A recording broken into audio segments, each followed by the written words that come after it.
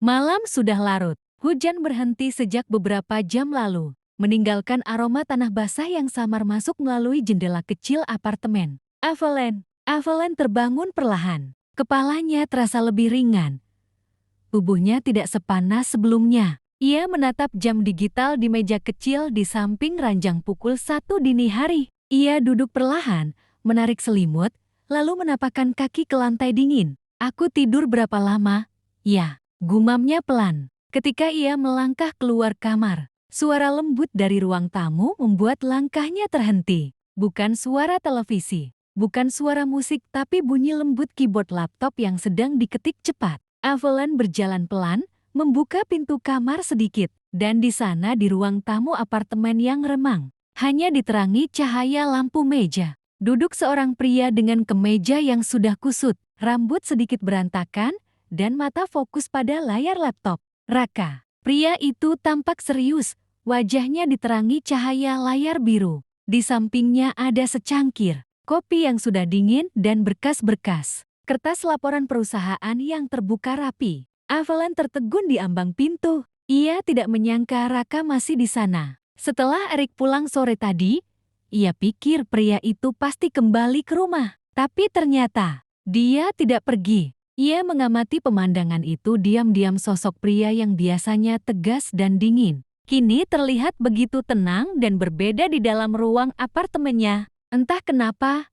dadanya terasa hangat. Evelyn akhirnya bersuara pelan. "Raka, kamu belum pulang?" Raka langsung berhenti mengetik. Ia menoleh, agak terkejut melihat Evelyn sudah berdiri di depan kamarnya. "Kau sudah bangun?" "Iya." Evelyn tersenyum kecil. "Demamku sudah turun." Tapi, ia melangkah pelan mendekat. "Aku tak mengira kamu masih di sini." Raka menutup laptopnya pelan. "Aku ingin memastikan kau baik-baik saja. Dan untuk itu kamu harus lembur di sini." Evelyn menatap secangkir kopi yang sudah dingin. "Kamu bahkan belum tidur." Raka mengangkat bahu ringan. "Aku terbiasa bekerja malam." Evelyn menatapnya dengan lembut tapi juga sedikit kesal. "Kamu ini, kenapa selalu terlihat seperti robot?" Raka menatapnya heran. "Robot?" "Iya."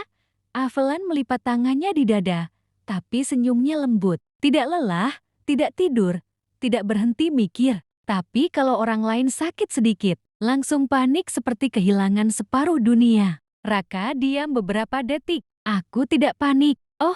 Evelyn menatapnya geli. "Kamu sampai nyetir sendiri dan nyuruh dokter datang jam 11 siang. Itu namanya apa?" Raka menatapnya sekilas, mencoba menahan senyum yang hampir muncul. "Tindakan cepat." Evelyn tertawa kecil, suaranya lembut tapi tulus. "Baiklah, tindakan cepat." Ia lalu menarik kursi di depannya dan duduk. "Sekarang gantian, kamu yang istirahat. Di apartemen ini ada 3 kamar. Kamu bisa pakai yang mana saja." "Tidak perlu," kata Raka cepat. "Aku bisa tidur di sofa." Evelyn menggeleng. "Raka, kau akan pegal. Dan besok pagi wajahmu pasti seperti panda." "Aku tidak peduli." "Aku peduli," jawab Evelyn cepat. Kata-kata itu membuat keduanya terdiam. Raka menatapnya dalam, sedikit terkejut dengan spontanitas Evelyn. Sementara gadis itu menunduk, menyembunyikan wajahnya yang tiba-tiba memanas. Evelyn berdeham pelan.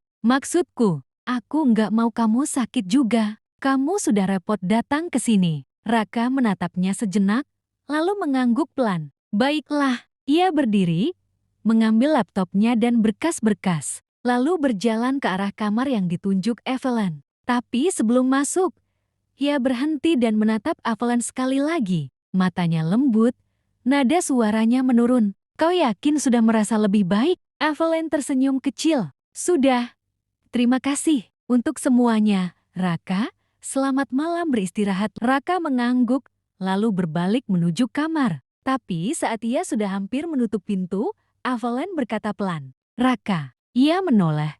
"Ya." Evelyn tersenyum, matanya sedikit bercahaya di bawah lampu temaram. "Kamu boleh istirahat di sini kapanpun kamu mau." Raka menatapnya lama, ekspresi yang sulit ditebak antara kagum dan hangat. Sudut bibirnya terangkat sedikit. "Hati-hati." Kalimat itu bisa kuanggap serius. Evelyn menahan tawa, pura-pura marah. "Pergi tidur sana, cepat." Raka hanya tersenyum kecil sebelum akhirnya masuk ke kamar. Dan saat pintu itu menutup, Evelyn masih berdiri di tempat, menatap pintu itu sambil menghela napas pelan. Entah kenapa, malam itu apartemennya terasa lebih tenang, lebih hangat. Mungkin karena untuk pertama kalinya, ia tidak sendirian.